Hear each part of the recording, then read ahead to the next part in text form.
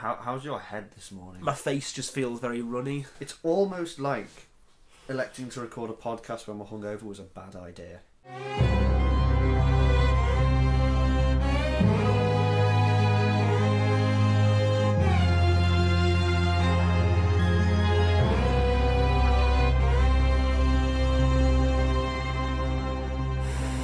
Good morning, good afternoon and good night wherever you may be. This is the second episode of Beard and the Boyo podcast. Number two. Which is often the best. Well, no, it's usually like good but never as good as the original. I know, Dark Knight, Toy Story 2. No, they're all much better, yeah. Yeah. There's room for debate with Toy Story and Toy Story 2, but that will be a debate for another time. That'll be number 3. Yeah. Okay. No promises. No promises. Right, topic of debate, as per was referenced at the end of the last episode, is our thoughts on the New Year's Day special of Doctor Who, following on from Series 11 completion. Obviously, a few weeks later, there was this New Year's Day special. So we'll obviously go with a similar approach to how we did last time, thoughts going in, what our thoughts were. Hopefully it'll be a bit shorter this time. Hopefully it won't be an absolute cinematic blockbuster length. Sorry about that. Yeah, if you made it to the end of the last one, you're either Mike, get off Twitch, Mike, or just liked our musings. Yeah. You nearly swore then, didn't you? Yeah, I did. Yeah. Right. Okay. So going in, we'll obviously touch on what we briefly referred to at the end of the last one, which is going to the end of the series. We weren't sure if there were going to be any Daleks or anything, considering the whole Chibnall saying he was going to wipe the slate clean, classic villains returning. But unless we're proven wrong, it goes into the theory of the licensing issue with the Daleks needing to be in each series. So I suppose the New Year's special classes as a series as 11. part of the series block. So it depends whether they need to use them every series or every year. Yeah.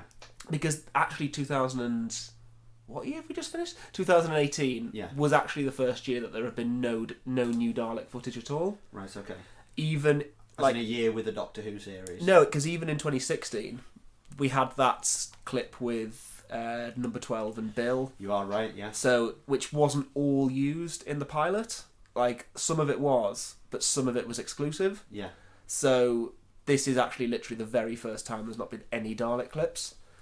So it is worrying, but theoretically, I mean, what my main fear is that originally Resolution was intended to... The episode that became Resolution, I would say, was intended to be a Christmas special. I know, obviously, the final episode was very clearly intended for airing on New Year, but I'm thinking kind of the initial idea was a Dalek, so we'll use them. That keeps the licensing. Yes. Means that the main bulk of Series 11 is still new. Yeah. But we're still having new Dalek stuff in 2018. Yes. That got changed for whatever reason, with enough time to edit the script so that it made clear references to New Year. Yeah, yeah. And then, in a few days' time, Chibnall's going to get a knock on the door from an angry representative of the Terry Nation estate. Yeah. And it's all going to go to pot. But I don't know, because I did have a little look about this after we did the last podcast. Yeah, yeah. And I can't find anything official about that. No. So I'm going to put that down as just a rumour. Yeah, yeah. And if we never see any Daleks again in Doctor Who, I'll start to panic. Yeah. But, yeah. Okay, so going into the episode, obviously I saw the trailer. The synopsis doesn't hint of any Daleks or anything like that. The only inclination was a trailer that I saw on Christmas Day. Yeah. And right at the end you hear the Daleks say, exterminate and all that. And it's Daleks. Yeah. Now, straight away, I'll know for a fact that someone behind the scenes is panicking at dropping ratings. Yeah. And saying, we need to get an audience in for this episode. Throw the Dalek exterminate sound at the end so that people tune in for Daleks. Because I've since looked at ratings for Series 11 and they progressively dropped off. To a concerning rate? A noticeable amount. Oh, okay. To the point where, we're getting ahead of ourselves a bit here, but the New Year's Day special is the lowest rated viewing episode of Jodie Whittaker's run so far. It's also the lowest festive special in terms of ratings. So if you compare it with like So in contrast, David Tennant's Titanic episode had like one of the highest ever ratings. I can't remember the number. But in contrast, this resolution was like really low. So, you know, I think putting in the Dalek bit in the trailer is kind of like trying to steady a sinking ship almost. Or does that just count as new Dalek footage for 2018? Does that just count as Dalek footage? Is that how they're keeping the rights? Yeah.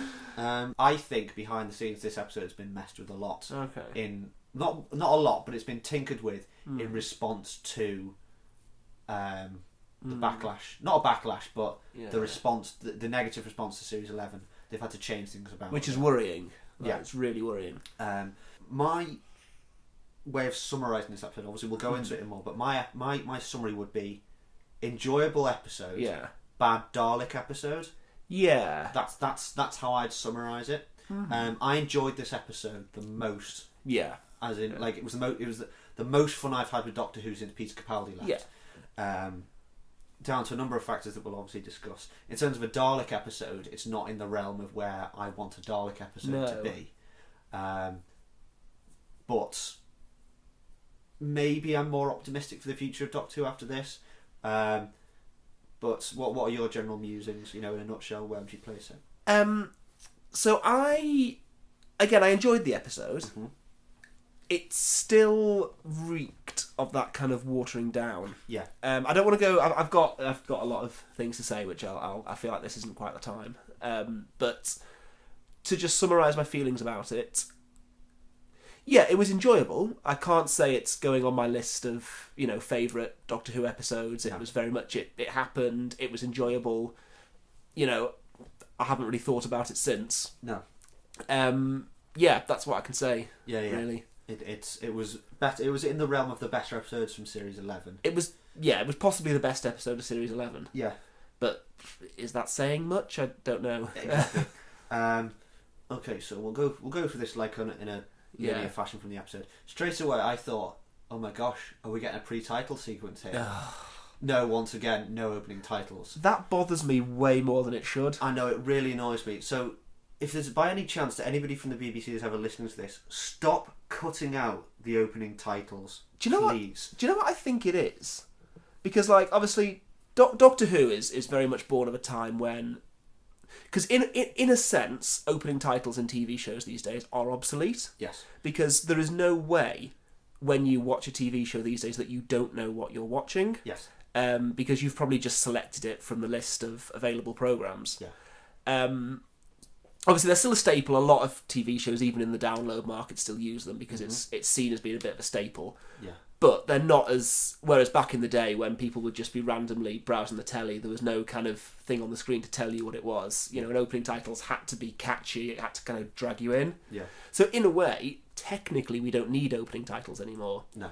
But obviously, a lot still use them.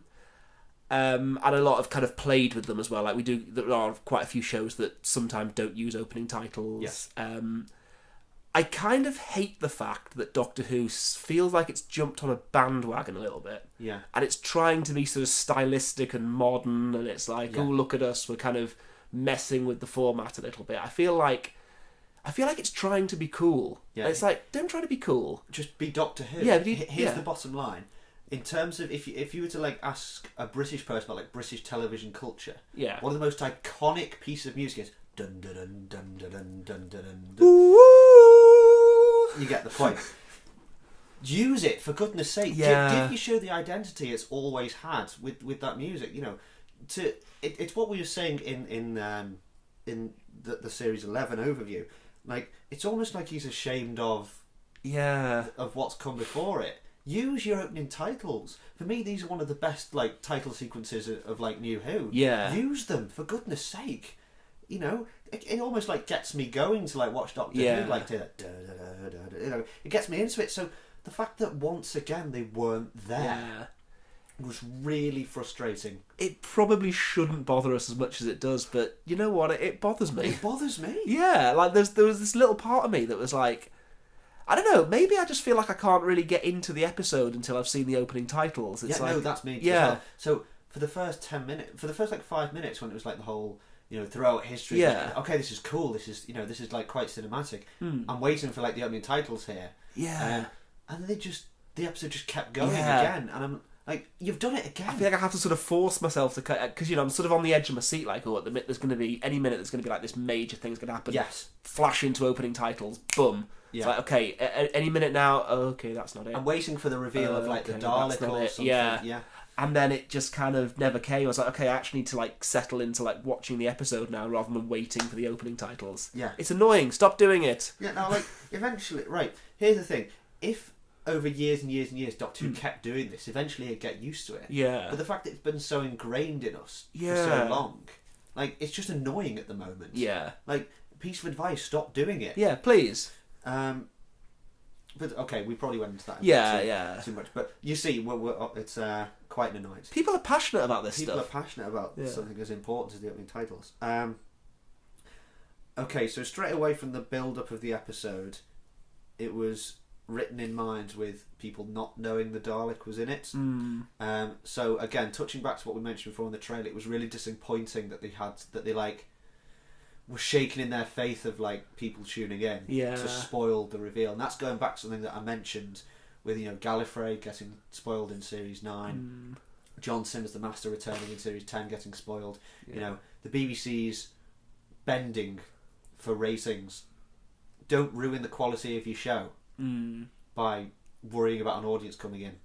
The sad thing is, now I don't know what the case was with Gallifrey or John Sim. I suspect it was possibly a similar thing, because as great as Capaldi's era was, the ratings were low, particularly during the wonderful series 9. Yeah. The sad thing is, I don't know whether the gamble with revealing the Daleks sort of paid off or not. Yeah. But I guess it didn't, because you said it was the lowest rated of Whittaker's run. It probably brought people in, but not enough to make it not look like a poor turn up. So I mean, okay, maybe it did work, but the sad thing is they need the ratings to make the show viable. Yes. And if they need to do things like that, if obviously for a sad reason, they need to do this. They need to do the reveals to get the ratings to keep the show viable. So sadly it's a vicious circle. Yeah, of course. And I don't really know the way out of that. No, I mean, of course. I think Chibnall thought, because we all kind of assume that the reason the casual audience had dropped off during Moffat's run was because the show was so heavily aimed at the fans that the casual viewers had kind of fallen off. Yeah, whereas Chibnall obviously tried to fix that. I think he went too far the other way in terms of it didn't feel like it was written for the fans at all. Yes. And, the episodes were so unconnected that literally you could watch the first episode and it wouldn't matter if you missed the next 5 because there was nothing to pick up on. No. So I don't know. We need to find a balance, but I think I've got ahead of myself. Yeah, of course. We're generalising there. So obviously going back to the episode itself, I found it really odd that a bunch of medieval people with sticks and swords were able to defeat a Dalek. Yeah. When it's shown so often that Dalek, casing repels almost everything. So that was odd.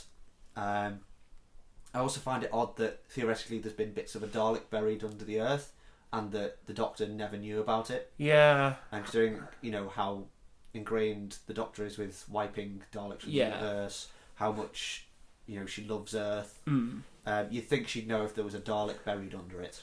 I mean, to be honest, I can buy that, because this isn't sort of the first time that we've had things turning out to have been buried under Earth. Yeah. I mean, you had like the Pandorica was buried under Stonehenge, and all these powerful alien artifacts that have been buried on Earth. I can buy that one Dalek might have escaped her notice. Yeah. Okay. But the medieval thing is weird. Yeah. Unless we're supposed to imply that because we never see that Dalek's original casing. No. And it does spend a lot of time out of the casing. Yes. So unless interested to see what original form it was in. When unless it's supposed to imply that it didn't have casing originally, and that's why we know. But then that seems weird. Why would it not have casing? Like, there's no precedent for that.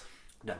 If we can all just cast our minds back to 2016, which is 13 years ago now. That's insane. 2006, do you mean? 2006. Yeah. Sorry. If we could just cast our mind now.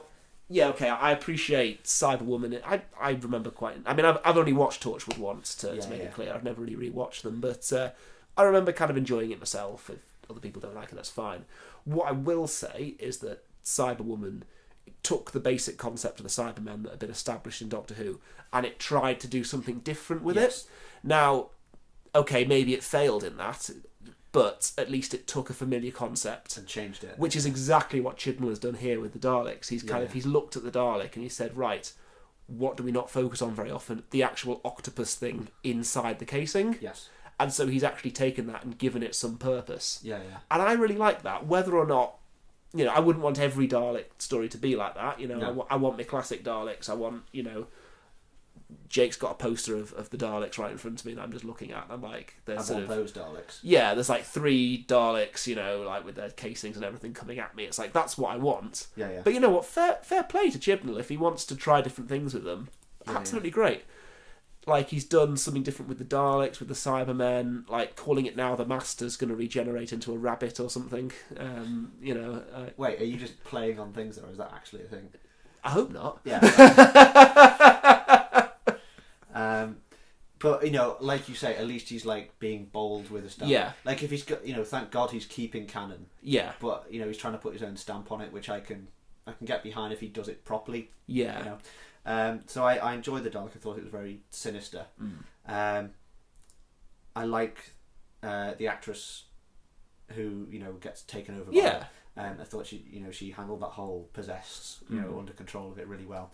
One thing I didn't like, which I'm going to be jumping on Den of Geek a bit here, is that the Dalek gets more time as a policeman than Yaz does. Which kind of, that's like a neat bow around the character of Yaz. Yeah. Right there. However, in terms of characters, I felt this episode was a lot better. Yeah. Like, we got Ryan's dad. Yeah. Who came in. And I appreciated the ramifications of him coming in, like, oh goodness, yeah, it's his dad, this is going to be awkward. Yeah. Like, there was enough development there that it carried some weight to it. I thought Graham was great. Yeah. As always. Shock horror, the most developed character is the best character. Yeah. Yaz again was just sort of there. Yeah. She has great potential, Yaz, but she's drawn the short straw and she's just developed the least. So she's just sort of in the background to ooh and ah at the Doctor at the moment.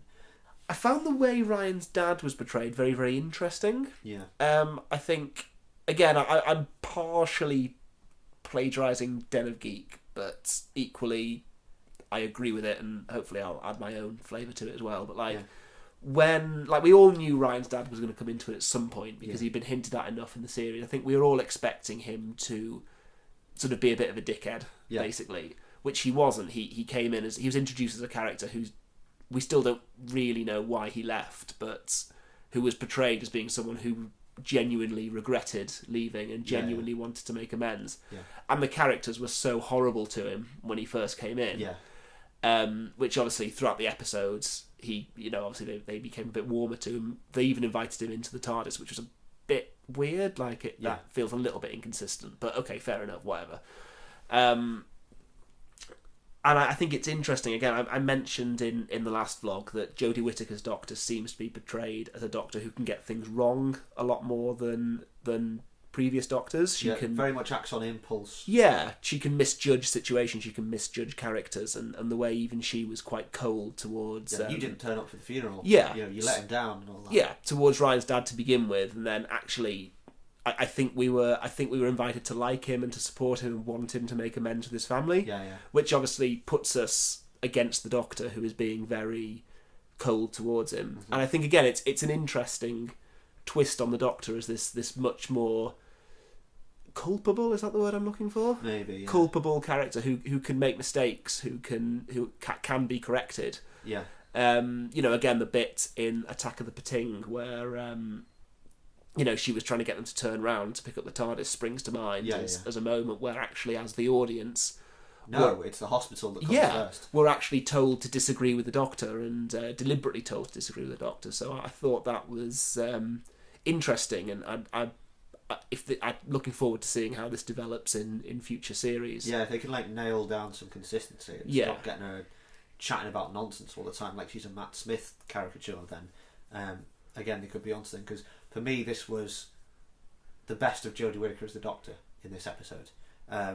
Seeing her go up against the Dalek, like, obviously it's always an important moment, and I said it before, this was an enjoyable episode but a bad Dalek episode, but at least I got to see Jodie Whittaker like have a bit more gravitas. What did we think of the Dalek casing when it finally appeared? It was odd. One thing I did like, it was almost a direct parallel to the Doctor building a sonic screwdriver. That I noticed that, which I did enjoy. Almost, fires and steel mills and stuff like it. I like the parallel. I hope I don't see it again. Which I don't think we will. No. I think that was it. Like, if people are kicking off about this new Dalek casing, it's quite clearly not one that we're going to see again. And it was built from scratch as well. Like, presumably because the Dalek had sort of raided the, what was it? The Black Vault, was it? It was. I think I want to say it was the Black Archive. Black I'm not Archive, sure, because obviously Unit's been disbanded in the show now. Which was interesting. Yeah. Is that going anywhere? I'm probably not, but it sounds like he's just quietly binning off Units who just have to use it. Which in a way I can understand, because there are moments in Doctor Who where things happen on Earth and you think, where the heck was Unit in all this? They're supposed to be, monitoring alien activity. Why aren't they here? Yeah. So, I can understand in a way the advantage. If he's covering himself from potential future plot holes, then he's keeping it simplified for the right reason. Yeah. At the same time, it's still a shame to just very hurriedly get rid of all those characters. But equally, he can easily bring them back at any point. Yeah. It'd be more than easy to write in Unit getting reformed. Yes. Also, because last time we saw Unit in that superhero episode, didn't it turn out they'd been infiltrated as well? By the face spray. Yeah, so in a way there is some precedent for it as well, if Unit... Plus, they actually were quite... For once, they didn't shove something in the face here. Did you hear what the woman on the other end of the phone said? No. She said, Unit's been disbanded because international funds have been pulled out. So basically, in a nutshell, Brexit caused Unit to go... Darn you, Brexit! So, but it wasn't hammered home enough that everybody was like, oh yeah, they're just harping on about Brexit. Yeah. That's clever. I like it. Now, if that is actually what they're going for, I might have just looked into that too much. Yeah. But if that's what they were subtly hinting at, then nice, you've used some subtlety there. Also, I did enjoy the notion of the Doctor actually calling Unit for once as well. Yes. Like, very often when there's a present-day set episode. The Doctor almost acts as like being too good for Unit. Yeah. So I liked that it was... Yeah, you do wonder, like, why don't you just call Unit?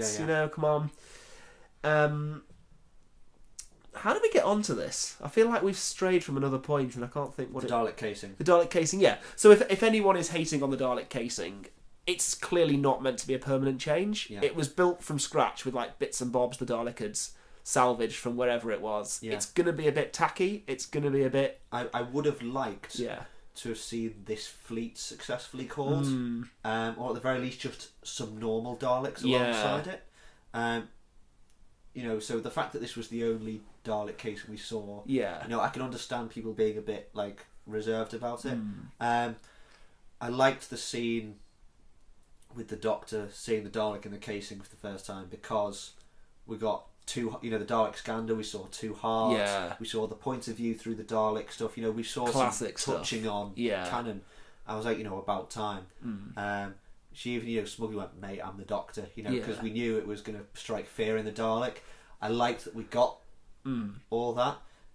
So props for not spoiling that scene as well, is what I'm trying to say. As a few canon notes, by the way, I'm assuming this finally confirms that the events of Journey's End, Stolen Earth were not restored after the cracks in time were closed. Elaborate on that. Well, I think it's been fairly neutral ever since Series 5 as to whether those events have been permanently erased. Right. Because if you remember, Amy Pond had never seen the Daleks before because of the crack in the wall. The Churchill episode. Yeah. And from then on, it was sort of like when Clara first met the Daleks, it wasn't really established if she remembered them or not. So I think finally we get confirmation that because none of the characters had heard of a Dalek before, we finally get that confirmation. That's also, does this confirm that erasing memories of the Doctor from the Daleks in Asylum of the Daleks has somehow been undone as well? Or just quietly ignored. Because, to be fair, I reckon that everybody else was like, at that point, Moffat was like, not mad with power, but like just doing whatever he wanted. And, I wasn't a fan of the Daleks having their memory wiped with the Doctor. It's supposed to be like one of his biggest villains. Yeah. You know, I like that they almost fear the Doctor. So to just get rid of it just for a Doctor Who gag, was, we're getting sidetracked again. But I like that. They kind of got rid of that. Sorry about this. Fan moment. You know what I liked? Yes. When Graham and Ryan's dad were on their own and the TARDIS came back. Yeah. To like really, dramatic music and stuff. And Graham's all, it travels through space and time, and it was just quite a fun moment, I found it weird though that there seemed to be a limit on the number of people that could go in the TARDIS at this point. Right. Because when they obviously they originally left Graham and Ryan's dad, who I'm sure had a name, but I can't remember. No, I can't remember his name. Behind, and they took Yaz, Ryan, Doctor, and the two archaeologists, and the one archaeologist, because the other one was possessed by the Dalek at this point. Yes. So there were 4 people in the TARDIS. Then they went back to Graham's house, and then I'm pretty sure they dropped Ryan off and took Graham. Oh no, it was the other way around. They left Ryan initially, then they went back and for some random reason left Graham behind. Yeah. So they still it's like suddenly we only had to have 4 people in the TARDIS at one time or something. Because it just seemed like they just completely randomly left him. Yeah. And it's a bit of a side thing, but that kind of jarred a little bit. I was like, why are they just sort of picking up and dropping people off? Like, I'm pretty sure the Doctor said this wasn't a taxi service. Yeah. One thing I did find, I think maybe this stems back into what you said about it's a shame we never got to see the actual fleet. The Dalek never felt particularly threatening. No. I probably shouldn't do this, but the very tempting comparison to make was to Dalek back in 2005. I think kind of because it was the first appearance of the Dalek in a kind of reiteration of Doctor Who. Yeah. It was a Doctor's first encounter with them. There was only one Dalek. Yeah. Whereas when you watch back that episode, I'm pretty sure even when you rewatch it now, you really feel the threat of the Dalek. Absolutely. Even though you know how it's all going to turn out. Yeah. You really feel the threat of the Dalek. Obviously, the Time War being a thing helps, and I'm not mad that the Time War didn't come up in this episode. Right, okay. Because obviously the Time War was a brilliant idea. Obviously, it was a massive new element to the show that kind of united the old fandom and the new fandom. Yes. It was something that nobody had any previous knowledge of. It basically erased the canon of the old series, because we didn't have Time Lords dropping in, it basically got everything back to square one. Yeah. It was a great idea. It pretty much got resolved kind of between Day of the Doctor and Hellbent. Yeah. And I'm okay with the fact that it doesn't come up very much anymore because it had served its purpose. I think it's good that we've kind of remembered that the Doctor and the Daleks had a history even before the Time War. Yeah. And that it's not every time the Daleks show up, the Doctor isn't lamenting on the Time War. Yeah. I think it's good that we've kind of moved on. But obviously the Time War being around really helped, and like the fact that it really kind of showed up how the Doctor and the Daleks are very similar and kind of gave that new element to their relationship. Yes. Obviously we didn't really get any of that this time. There was no kind of sense of like the Doctor and the Daleks are old enemies. You just got the sense of like, oh, they've encountered them before. The Daleks are kind of a big deal. The Doctor seemed very much, we had the shields on the TARDIS, and when she confronted the Dalek in the casing the first time, she managed to disable it with the magic wand that we used to call the sonic screwdriver. That annoyed the hell out of me. That really cheesed me off. You can't block a Dalek blaster with a sonic screwdriver. Now, you might play into the whole, this Dalek's still coming online, it's made out of scrap, but no. The sonic screwdriver is obviously a way of speeding up the plot, but you can't block a Dalek gun with it. I draw the line at that. That was a very frustrating moment. You know what moment also threw me right out? So I'll paint you the picture. I was having a lot of fun with the episode. Yeah. Especially the sequence where the Dalek goes up against the military. Now that I enjoyed. It was stupid, but I really enjoyed it. Yeah, like I'm not sure I quite like the torpedoes coming out of the Dalek bumps. It surprised me, and the whole bit where it like shot one against the tank missile and deflected the tank missile. Yeah. Like it was so implausible, but I enjoyed it. It was a nice moment that I feel like without that scene, we'd be complaining that we never saw the threat of the Dalek. Yeah, it was referred to as the most dangerous creature in the universe, and we never ever saw that. The fact that we see it take out a whole military garrison, as implausible and kind of stupid as it is, at least we can't moan that we never saw the Dalek do some damage. Yes. So the episode goes on. I'm starting. The music as well is quite bombastic. It's like more reminiscent of older Doctor Who. Like it was more engaging. I was enjoying myself. And then there's that bit where it goes to that like satellite place to try and summon the fleet, and there's the line about the Daleks just shut down the internet, and Graham comes in and you know where I'm going. But let me build to it. So Graham says, on New Year's Day, what's everyone going to do? That's all it needed to be. Yeah. And then we got this very stupid, pointless scene of like poorly acted people basically saying we need to have a conversation. It just felt so shoehorned in, didn't it? Yeah. And that, and I was sitting there going, don't spoil it. I'm having fun here. Don't spoil it, Chibnall. In another context, it could have worked, but... No, but it was just really on the nose. Yeah. Like, for me, it didn't need to be there. Like, it should have been just an off-the-cuff line from Graham about, God, no one's got the internet. They're going to have a conversation. It didn't need to be the family literally... Yeah. Who we'd never seen before and will never see again. Absolutely. It just made no... Like, it derailed the flow. 100%, just for the sake of getting this gag in, which wasn't even that funny. Yeah. This is something that like my parents patronisingly say to me when I'm spending too much time on my phone or something. This isn't going to open anybody's eyes. It was just dumb and poor. Yeah. But yeah, that's the thing. I think. Yeah, really for me, my main complaint is that the Dalek never felt like a threat. I did enjoy the part where the guys with all those computers and you can hear the Dalek like crashing through, and like obviously it ends with him with it dropping down through the floor, and it like just mercilessly kills him. That felt a bit more vintage Dalek. Yeah. But I agree, it didn't carry a massive fear factor to it. This is why I say like good episode, bad Dalek episode. Yeah. For me, episodes like Dalek, The Passing the Ways two-parter, and arguably Into the Dalek. Yeah. They've got this intrigue but almost menace about the Daleks. Yeah. That the more we don't see it in Daleks episodes, because this isn't just an issue with Chibnall's episode. This is like an issue with the Daleks in general. Yeah. That they don't carry the same threat. I mean, yeah, you're right that the show has had a Dalek problem for a long time, and maybe this comes back to the necessity to use them every year. Yeah. That, we sort of had Dalek and Part of the Ways were fantastic, still like the pinnacle of what Dalek episodes should be for me. Yeah. Doomsday was okay in the sense of like we got to see him go up against the Cybermen. I enjoyed that. I liked the Cult of Skaro. Yes.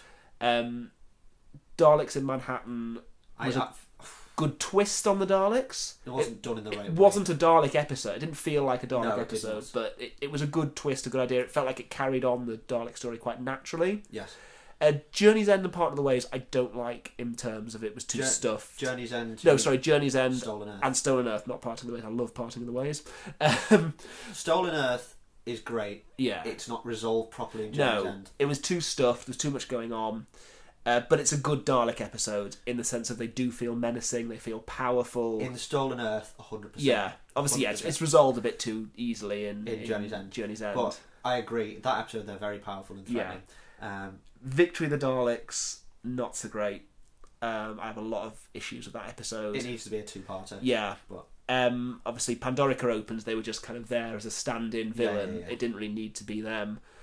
The next major one we got was Asylum of the Daleks, which was okay. I liked the start with the part. Like Parliament was more interesting than the Asylum factor. It didn't. Yeah, it's definitely not up there with the sort of classic Dalek episodes. No. Next would be the Day of the Doctor. Day of the Doctor again. They felt very incidental. Like they were there because they were in the Time War, so of course they're going to be there. Yeah. Time of the Doctor. Again, they were just sort of just there. Yeah. Into the Dalek was great. I wouldn't put it up there with my favourite Dalek stories, but it was fine. But then at this point, you can really tell that Moffat has run out of ideas with them. Yes. He tries to do different things with them, but it just doesn't quite work. Oh, you're forgetting the two-part at the start of Series 9. Yeah. Which again was good, but it was more about Davros. It was more about Davros than the Daleks. It just felt like it's an excuse to get the Daleks in there. Yes. Obviously I had the cameo at the start of Series 10 and that was it. It's very forgettable. Yeah. You can really tell that like Moffat had got to a point where he was like, I don't know what to do with these. I think he just doesn't like writing for the Daleks. Yeah. I think I've heard before. We can't just keep doing the same thing with them, but nothing else. It really feels like they don't want to just keep doing the same thing with them, which is fine, but nothing else they try seems to work. Correct. Like, trying to kind of humanise them doesn't work, trying to even though the squid thing was a good idea, it wasn't built on enough. I can think of like a really great horror episode almost like in the Alien sort of category with the Dalek squid. Yeah. Which would be really quite good, like it trying to get back to its casing. Yeah. And them trying to prevent it, but at the same time the Dalek on its own without the casing still carries a threat. Yeah. Like that, that's the potential for I love that, and that's why obviously you've said it was a bad Dalek episode. I would give it rating on the basis of using the squid. I think the squid was a good idea, and for that reason, it's going to stand out as a Dalek episode. Yes. Even if it's not up there with the greats, it's still, for me, it's still got credibility. Yeah. Because it at least tried to do that. It tried to make it feel different. Yes. And to be honest, it's probably the closest it's got to working since they started trying to reinvent them. Yeah. The end sequence, I was really invested in, like the engaging bit where the Dalek was on top of Ryan's dad. Yes. And they were trying to throw it out the TARDIS. I forgot about that. Yeah. That was actually like, it had no right to be as engaged. I had no right to be as engaged as I was. Yeah. But I was really invested in that. I was on the edge of my seat going, oh God, he better not fall out the TARDIS. And at the same time, it would be really powerful if he did lose his dad. Yeah. And the dad decided to throw himself out for the... On that note, here's another complaint, in that we had 3 characters of the day in this episode. We had the 2 archaeologists and Ryan's dad. Maybe this is going to make me sound like a sadist, but how come none of them died? Yeah. I just feel like if one of them at least had been killed off, raise the stakes a bit. Yeah, like at the start when the 2 people like talk about this New Year's kiss. Yeah. I was like, well, one of them's about to die. Yeah. Obviously. The fact that they didn't, I was like waiting for it. And then like at the end, I was waiting for Ryan's dad to go plummeting out of the TARDIS. Yeah. Listen, I was relieved to see him not go out of the TARDIS. Yeah. But at the same time, like, it almost feels kind of like everybody's just almost immortal. Yeah, it feels like a bit of a cheat. Yeah. That, you had 3 characters that we'd never seen before, were not that invested in. You could have very easily killed them off. Yeah. Given the stakes a bit of a high without rocking the boat. I totally get why you don't want to kill any of the companions off, absolutely. But that's the whole point of these like characters of the day. It's cannon fodder. Yeah. Like, use it. Give us something to get emotional about. Give us a reason to want them to defeat this Dalek. Ironically, at the start when they're talking about this New Year's kiss, that's more development than some of the companions had had. Yeah. So I almost cared for them more than I did the companions. So give me a reason to be gutted that they might die or something. And that's it. Like, I mean, that I could say that was a problem for a lot of Series 11. That there seemed to be a lot. There just didn't ever really seem to be any emotional stakes. Yeah. Like that. Even as I say, even when you bring in characters that are just in for the one episode, they never really felt. Those are the characters that you can really threaten. Yeah. Because they can be killed off. They're almost like your red shirts. Your red shirts, exactly. Yeah. Like, you can kill them off. Like, that is what you can do. It's fine. We weren't going to see them again anyway. Use them to get the emotional stakes up. Yeah. And that's not to imply that nobody died in the episode. Yeah. There were lots of, like, cameo, like, walk-on parts. Yeah. And they did die, so why can't you just extend that to one that we care about? Yeah. Don't worry about obsessing your audience. That just means we're engaged in the episode. Yeah, absolutely. Felt very cinematic on the whole. I really liked as when the Dalek was thrown out. There was that lovely shot. The music was swelling. Yeah. You saw it go into the Nova. You saw the TARDIS. I thought they've stepped things up a little bit, which goes obviously in tandem with I was more impressed by this episode. Yeah. Than pretty much all of the episodes come before it. Yeah. It has restored my faith to an extent. Yeah. I'm not as worried for the future of the show as I was at the end of the first podcast. I'm still not like, oh yeah, Doctor Who's back, or anything like that. But if it's in this vein more, like here's where my head was at. They've diluted the show. Yeah. So if you're going to do that, you've got to make it a bit more exciting, and that's the trade-off they weren't making. Yeah. So if you look at Peter Capaldi's last, like his vintage stuff. Yeah. some of it's not like massively exciting, but because you're invested in what they're talking about, you're more engaged. Whereas you've diluted that, but it's not exciting. So the trade-off is you've got to make it more exciting. So this was diluted Daleks, but it was exciting. Yeah. So that's an okay approach to go with. So if they carry on with that, then I'm okay with that. What it felt to me, to use if Series 11 was watered down, in the sense that someone had taken a massive bucket of water and thrown it at Doctor Who, like Resolution, it was still dripping. Yes. But it was getting drier. Yes. And if they use this next year, where we're not getting any new episodes now, to basically take a hairdryer to it, and just sift out the kind of mud and everything that's floated away, and just leave the good gold that's kind of left behind. If you kind of imagine like that was a weird analogy. Sorry. So I'll give you mine. If you imagine Doctor Who series 9, 10, like Capaldi stuff, as like a solid glass of vodka, and you want to water that down. Essentially, Series 11 is like taking almost a bucket full of water. Yeah. So there's like a sliver of vodka. That was non-alcoholic, mostly. Almost non-alcoholic. Yeah. To the point where you now need to realize, okay, we watered it down too much. Maybe we go for 25% vodka next time and 75% water. Like you say, let's take this year out, Doctor Who, take this year out to work out where your happy medium is. We touched on this in the first episode of the podcast, but find your medium between not alienating the casual audience and not alienating a fan base. Find your middle ground, which works for both sides. You know, go in the vein of something like, you know, Matt Smith's first series, which we've agreed is like an ideal balance between the two. So, like you say, this is Doctor Who drying off from being watered down. So I was happy with the resolution. At the end of the day, include your ruddy opening titles. Yes. But better. Better episode. More on board with Jodie Whittaker after this episode. It's a shame we've only had a handful of episodes and moments throughout her first series where I've, you know, been invested in her and she's commanded the screen. But again, I don't put that down to Jodie Whittaker. Her character just needs to be written better. In terms of the companions, they're all iffy and whiffy.